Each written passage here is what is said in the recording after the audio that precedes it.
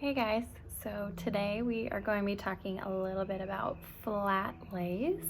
And I'm not an expert by any means, but I've been doing it for a little while. So I hope that this information helps you. So starting off, what you need for a flat lay: a board, obviously. I just buy the styrofoam board that you would make your fourth grade presentation on. I buy those and then I go to the craft store every year and I pick out different fabrics that either match my couple's colors that I know that they're gonna have in their wedding, or I just buy my normal grays are always great, tans are always great. And then I usually make one that has a textured look to it. So I use plaster, and then I just make this textured look. So it's a white background usually, but then it has some dimension to it. And then another thing that I do usually around this time of the year every year is I reach out to all my different couples and I ask them what their color scheme is for their wedding. And then I go shopping. So I usually go to Hobby Lobby, craft stores, so Hobby Lobby, and then also places that have cute home goods. So there's one shop that I still shop. They have a great online shop called The Foundry. It's in Minneapolis. They have a ton of stuff that really goes well with my couple's style, which is much more organics, whites, a lot of greenery and stuff like that. And their stuff is really natural, so it goes really well. And then that way I have all my crap ready to go for my weddings. And then I usually buy something like these guys.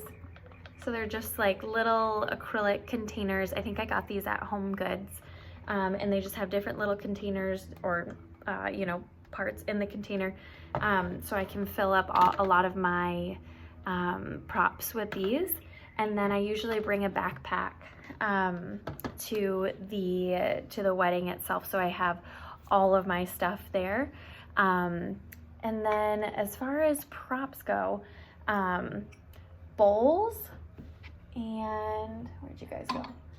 Plates. Awesome. Thing about bowls is you don't want them to be too deep, because when you're shooting them, or if you're a planner and you're wanting to get some stuff for your photographer to add into the flat lay, you don't want it too high, because then either this is going to be out of focus, where let's say these two are beside each other. This is going to be out of focus, or this is going to be out of focus if this is super tall. So try and stay this guy is maybe 2 inches ish, I don't know. So try and stay that size and smaller. Plates are great. I buy all different kinds. Not only are they great because they can hold, you can put a boutonniere in the middle, you can put rings in the middle, you can do all that type of stuff, but it also helps break up the squares of the invitations. So I usually use these, do the full invitation suite, and then I'll add in one of these guys and put something like earrings or something like that on it. The best type of plates are the matte finished. Glossy is gonna pick up different lighting, and it can give you a bad reflection. Not super easy to find matte plates, but if you can, those are better. Mrs. Boxes. I struggle with if I want to use these. I have so many, but it's tough. I think that you should use props that are true to the couple. And the reasoning behind that is because 10 years from now, 20 years from now, whatever, 50 years from now, when someone's looking back on their photo and they see this, or the couple themselves is looking back on the photo and they're like, wait, I didn't know I had one of these. Where is that? So it just doesn't seem realistic to me if the couple doesn't have it to use one of these. But also I'm sure you're doing plenty of styled shoots where you could definitely use these. So these are always pretty. And then I usually go to Target too, and I just buy these random different flatter pieces that I can use just to add texture to the flat lay.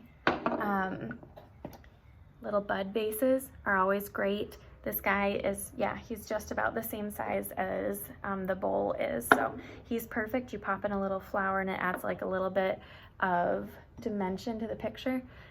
These guys are great too for stacking on top of each other, like on top of a plate or something like that. And then I'll kind of do a flat lay. I don't have any invitations, but I'm just gonna use paper and show you guys what I normally do.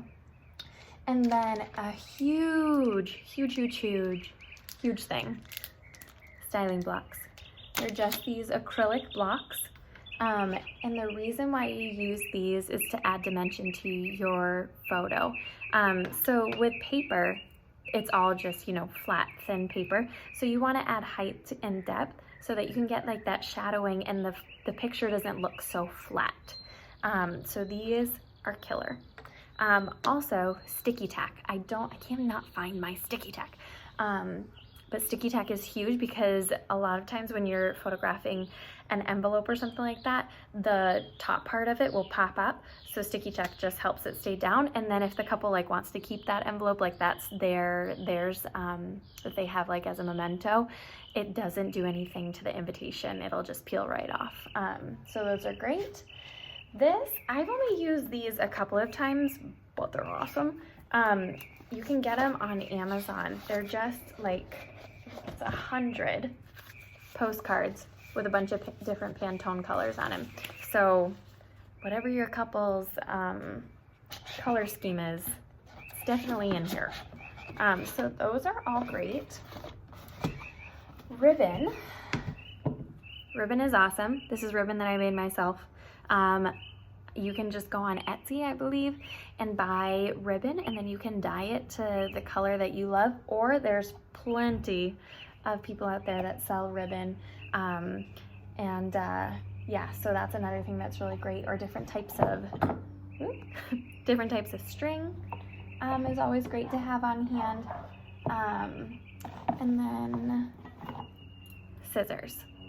Always have scissors.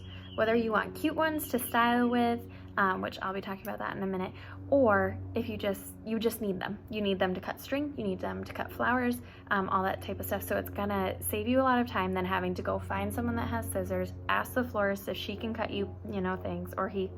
So scissors, always keep scissors on you. And then I kind of touched on this, but use stuff that makes sense. So when you are photographing a flat lay of an invitation suite, a cake, what are they called? Cake spoons? Cake knife. That doesn't make any sense. A cake knife has nothing to do with an invitation suite. So maybe with the menu card, you could throw that in, or with a dessert card or something like that, but just really make sure that what you're using for props makes sense. And that it's not too styled. If it's a styled shoot, go all out, you know, do all the styling and stuff like that. But if, and using all the random props, but if it's a wedding day, I truly believe that you need to use either props that they have, or just even, you know, simple things like this, or plates and stuff. That's not a big deal. But when you get down into the like gorgeous mirrors, and this is a personal preference, don't get mad at me. Once you get down to like the really beautiful mirrors and stuff like that, I don't know if it's not theirs. I don't know if it makes the photo more beautiful to them or if it makes it more beautiful to you. Yes, we should love our photos, but we are also contracted to shoot their wedding and not to make it about us. So take it or leave it, friends.